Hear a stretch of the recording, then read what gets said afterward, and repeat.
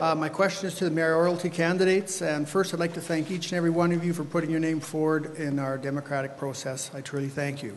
As we talk about the budget, it seems like our debt is a big part of this, and I want to ask the three mayoralty candidates, if you could, what should we not have passed for projects, and if we have more financial trouble in the future, what projects are you prepared to cut?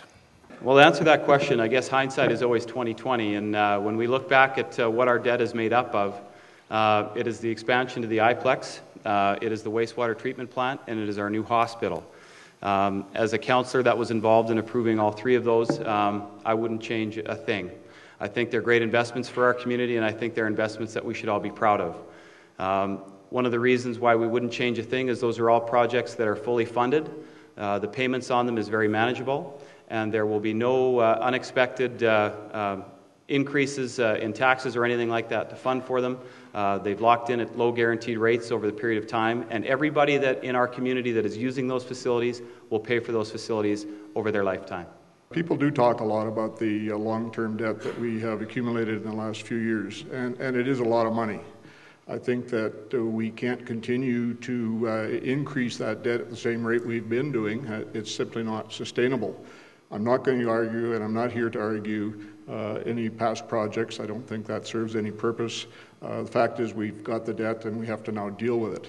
I think it is important to note, and we say it's sustainable and it's all funded. That's very well and good, but it's funded out of our pockets.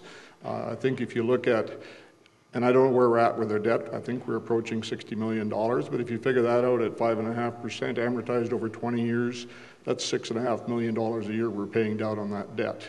Just for your information, to put that in perspective, we are collecting about $6.5 million a year in property taxes from you individuals and from businesses. So it is significant. It's about the same amount we're collecting in taxes. We certainly have other sources of revenue, but I think going forward we just have to be careful that we don't ever overstep our bounds. We're getting quite close to that at this point, and I think we have to be very careful and mindful of that. Just to set the record straight, our current debt level is at $39.4 million, not $60 million. Most likely by the end of 2009, I think I would estimate it we'd be closer to about $50.8 million. So let's be careful about some of the things that we're saying about our debt level. I'd also like to say that I do believe that our current debt level as it is properly managed. There is a plan. This is not happening willy-nilly. We have good administration doing their best.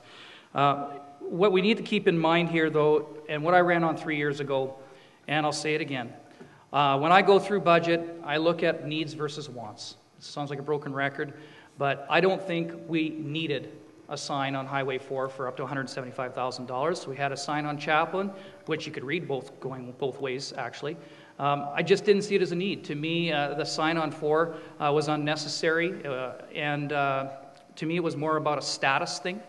And you know what? We're a good community here. We don't need to be like Toronto and Vancouver. We can be proud with what we have. And to be honest with you, I felt that the IPLEX, the facility itself, speaks louder than that sign does.